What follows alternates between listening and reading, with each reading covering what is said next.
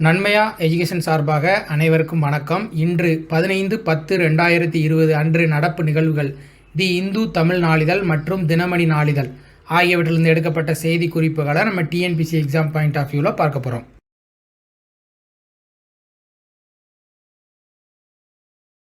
முதலாவதாக தேசிய செய்திகளில் பார்த்தீங்கன்னா ஸ்டார்ஸ் அப்படிங்கிற ஒரு திட்டத்தை பற்றி தான் பார்க்க போகிறோம். அது என்ன அப்படின்னு பார்த்தீங்கன்னா, புதிய தேசிய கல்விக் கொள்கையை மத்திய அரசு அறிவிச்சிருந்துச்சு. அதனுடைய ஒரு பகுதியாக இந்த ஸ்டார்ஸ் திட்டம் இருக்குது. இதற்கு மத்திய அமைச்சரவை நேற்று, அதாவது 14/10/2020 அன்று ஒப்புதல் வழங்கியிருக்காங்க. இதில் என்னென்னா, ஆசிரியர்களுக்கும் இதில் பயிற்சி அளிக்கப்படுது. மாணவர்களுக்கு தேர்வு நடத்துவதற்கான தனி அமைப்பும் நிறுவப்பட இருக்குது.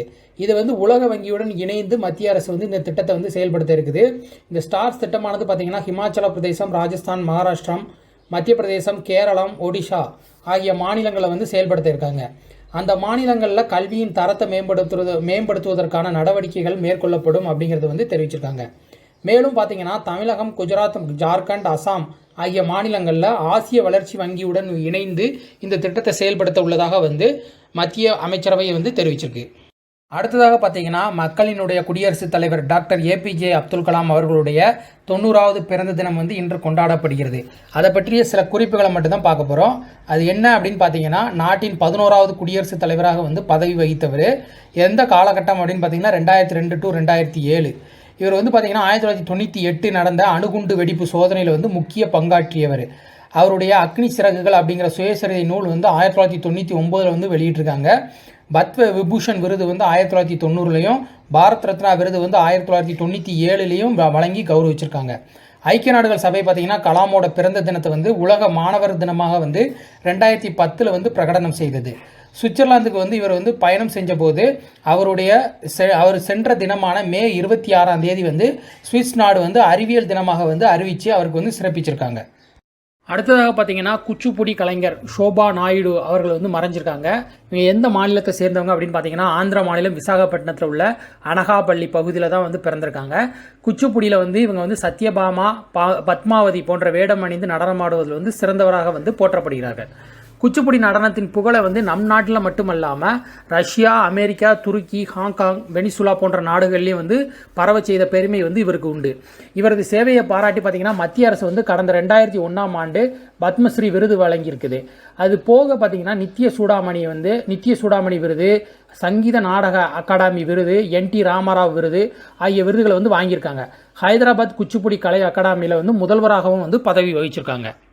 அடுத்ததாக பார்த்தீங்கன்னா, RBI அறிவித்துள்ள கடன்கள் மறுசீரமைப்பு, அதை பற்றி தான் பார்க்க போகிறோம்.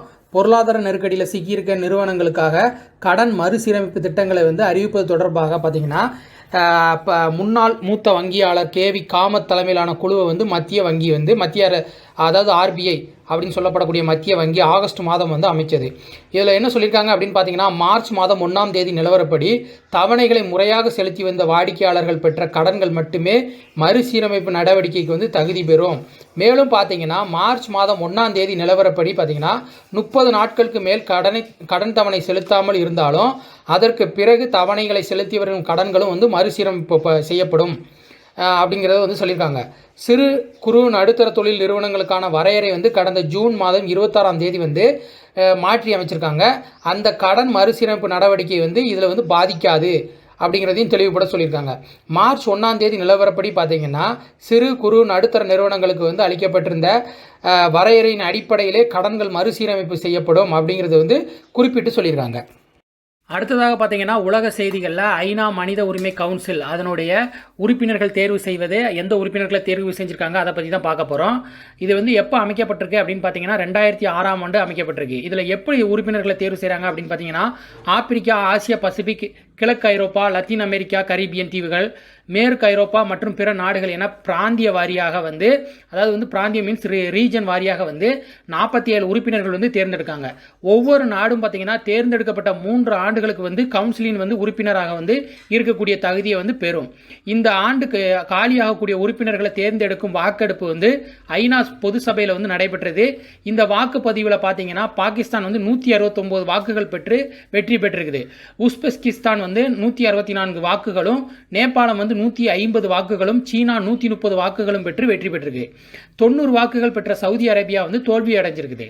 ஐநா மனித உரிமை கவுன்சில் தொடங்கப்பட்டதிலிருந்து அதன் உறுப்பினராக வந்து பாகிஸ்தான் தேர்ந்தெடுக்கப்படுவது வந்து இது 5வது முறை அப்படிங்கிறத வந்து சொல்லியிருக்காங்க. அடுத்ததாக பார்த்தீங்கன்னா ரஷ்யாவினுடைய சோயுஸ் MS-17 அப்படிங்கிற விண்கலம் வந்து விண்வெளியில் இருக்கக்கூடிய சர்வதேச விண்வெளி ஆய்வு மையத்தை 3 மணி நேரம் 3 நிமிடங்களில் வந்து கடந்து சாதனை படைச்சிருக்குது. இதுக்கு முன்னாடி பார்த்தீங்கன்னா 2013 வரைக்கும் வந்து சர்வதேச விண்வெளி ஆய்வு மையத்துக்கு சென்று வர வந்து 2 நாட்கள் ஆகும். இப்போ இருக்க தொழில்நுட்ப வளர்ச்சி காரணமாக வந்து இதன் நேரம் வந்து சுருக்கப்பட்டிருக்குது. இது எந்த விண்கலத்தில் போயிருக்காங்க அப்படின்னு பார்த்தீங்கன்னா ரஷ்யாவினுடைய சோயுஸ் MS-17 அப்படிங்கிற விண்கலத்தில் தான் சென்றிருக்காங்க. இதில் யாரெல்லாம் போயிருக்காங்க அப்படின்னு பார்த்தீங்கன்னா ரஷ்யாவினுடைய ரோஸ் காஸ்மோஸ் விண்வெளி ஆய்வு நிறுவனத்தை சேர்ந்த செர்ஜி ரைசிகோவ், அப்புறம் 2வது பார்த்தீங்கன்னா செர்ஜி குட்ஸ்வெர்கோவ் அப்படிங்கிறவங்க, அப்புறம் அமெரிக்காவினுடைய நாசாவை சேர்ந்த கேத்லீன் ரூபின்ஸ் ஆகிய 3 வீரர்களும் வந்து நேற்று வந்து விண்வெளி மையத்துக்கு வந்து சென்றிருக்காங்க.